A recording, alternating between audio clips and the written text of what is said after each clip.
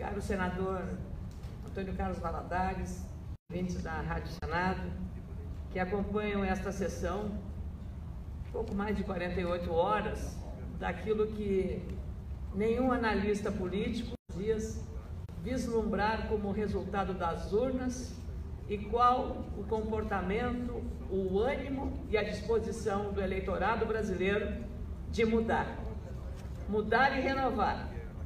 Exatamente na contramão do que aconteceu domingo, é o que os analistas falavam. Não haveria renovação porque o fundo partidário, financiamento público de campanha, determinaria a manutenção dos parlamentares já presentes no Congresso, alteração na composição congressual, seja na Câmara, seja aqui no Senado Federal. Até porque os deputados federais, os deputados estaduais, melhor dizendo, não tiveram acesso a essa financiamento público de campanha que foi aos comandantes e aos líderes partidários. A sociedade está dando um recado muito claro. Ela não quer saber mais de corrupção, ela não quer saber mais de insegurança, as pessoas não podem sair de casa porque corre o risco de ser assaltada, de sofrer um homicídio, e toda essa celeuma. E ainda, dentro desse processo, ao longo desses últimos 4 anos, a Operação Lava Jato como caldo de cultura para levar ao povo brasileiro a confiança de que é um divisor de águas no combate à corrupção e à impunidade.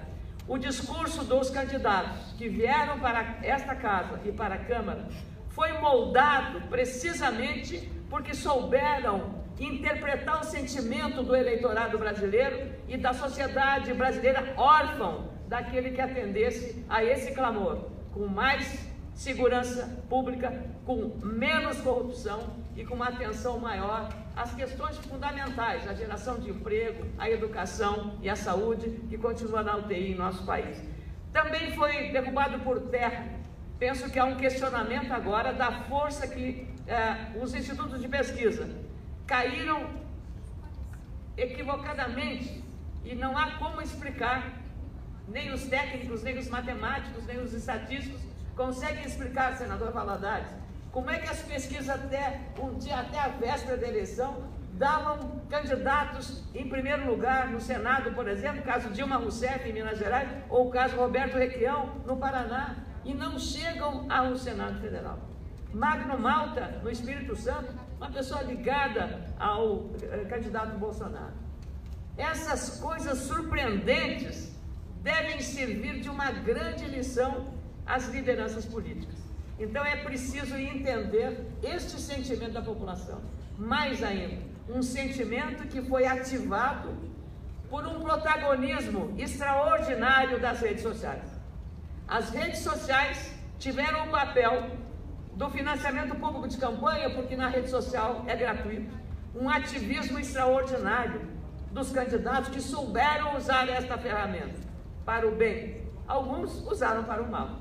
E aí vem um detalhe. Então, eu que sou uma ativista das redes sociais orgânicas, só para ter uma ideia da força e da reação da rede social, bastou ontem eu ter afirmado que no meu estado do Rio Grande do Sul, o gaúcho não aceita neutralidade. Os gaúchos não aceitam neutralidade. E numa hora de decisão para o país, os gaúchos querem lado. E eu não tinha outra alternativa, fiz conscientemente, porque não poderia de maneira alguma, ficar do lado de quem destruiu o país em 12 anos de governo e retornar esse mesmo projeto de poder, não um projeto de país, voltar colocando em risco a Lava Jato, colocando em risco aqueles valores e aqueles princípios que a sociedade tanto cultivou para chegar nessa eleição e dar o recado para as lideranças da esquerda brasileira, que não souberam explorar ou que fizeram isso de maneira desonesta, em certa medida, porque prometiam uma coisa e não ofereceram aquilo que prometiam em relação à ética na prática política. Por isso, há um ex-presidente lamentavelmente preso em Curitiba. Então, isso é o preço que estamos agora pagando, mas dado não por uma condução de projeto político nascido nesta casa, mas nascido nas urnas de maneira mais democrática possível, que foi o anseio da população trazer para o conhecimento do mundo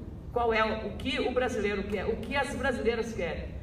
E esse recado vai na direção de que, na República recente do nosso país, pós-88, a Constituição de 88, 30 anos comemorados recentemente, o que mostrou?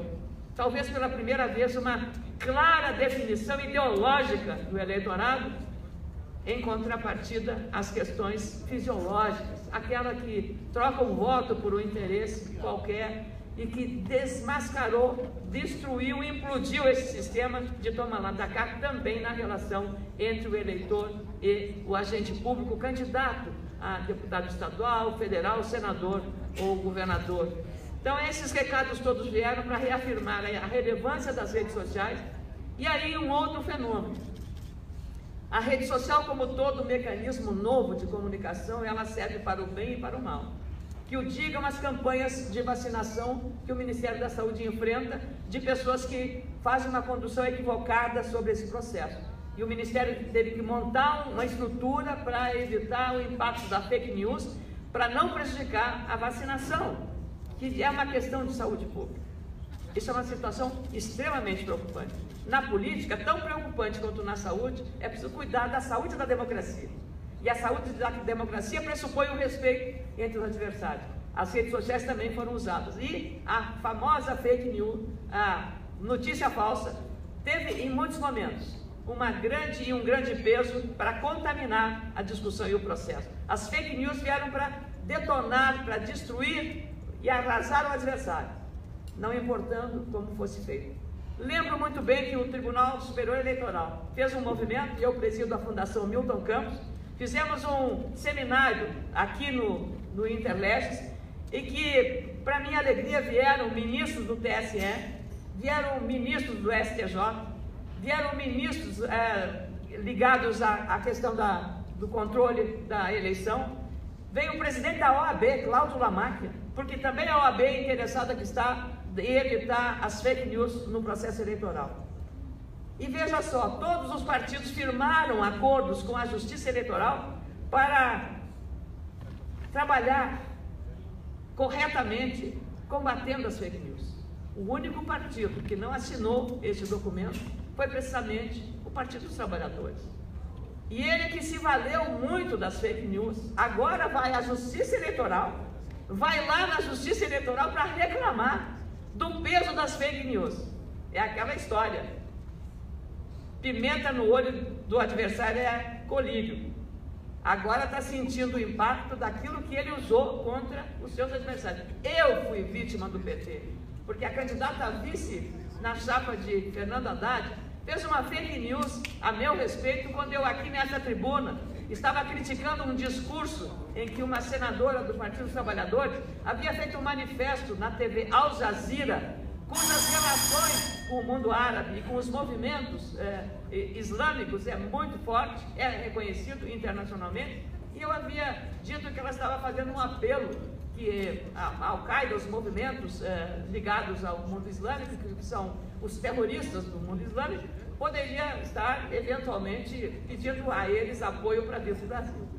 Fiz uma analogia que politicamente é aceitável numa hora de embate como esse, mas ela tratou de fazer disso uma fake news que eu havia confundido todas as coisas. E é exatamente aquilo que eles fazem. Eles agora não estão sentindo o preço e o peso desse veneno que eles também aplicaram contra os seus adversários. Então, o peso das fake news, caros colegas senadores, senador Mário Mota, senador Valadares, senador Lazier Martins, todos eles agora estão sentindo. E é preciso uma vigilância, claro, do eleitorado para saber separar o joio do trigo. E é exatamente, eu queria... É preciso separar o joio do trigo nessa questão relacionada às fake news, às notícias falsas, das verdadeiras informações que o eleitorado precisa receber através das redes sociais. Bastou que eu dissesse ontem, senadores, que o Rio Grande do Sul não aceita neutralidade e que eu precisava tomar partido. E eu disse, ao assumir essa posição favorável na candidatura do deputado Jair Bolsonaro, nesse segundo turno, por conta desta cultura gaúcha de tomar partido. E eu tomei partido. Não poderia ficar do lado do candidato Fernando Haddad, do PT, porque combati aqui no impeachment, fui uma das vozes mais fortes e vigorosas contra e a favor do impeachment e contra os desmandos que o PT teve. Então não seria de nenhuma forma coerente de minha parte estar do outro lado. E nessas 24 horas, eu tive um aumento nas minhas redes sociais, em Facebook, Instagram e Twitter, extraordinário, porque é exatamente a participação do eleitorado neste processo que nós vamos enfrentar. Então eu quero agradecer aos meus seguidores das redes sociais, agradecer muito neste embate e, sobretudo, aqui tratar de dizer que foi uma honra muito grande o desafio que eu enfrentei, senador Valadares, e pediria, por gentileza de Vossa Excelência, um minutinho a mais aqui, não é uma sessão de deliberativa, um tempo a mais para apenas concluir o meu raciocínio, senador Valadares. É de dizer que eu tive uma honra extraordinária de compartilhar com o Geraldo Alckmin, meu governador de São Paulo, de uma campanha de honestidade, de integridade, de ética, e da equipe que com ele trabalha e acompanha há tanto tempo, como governou São Paulo, é de dizer que eu aprendi muito, e tenho reafirmado, aprendi mais em 8 anos no Senado Federal do que em 40 anos como jornalista.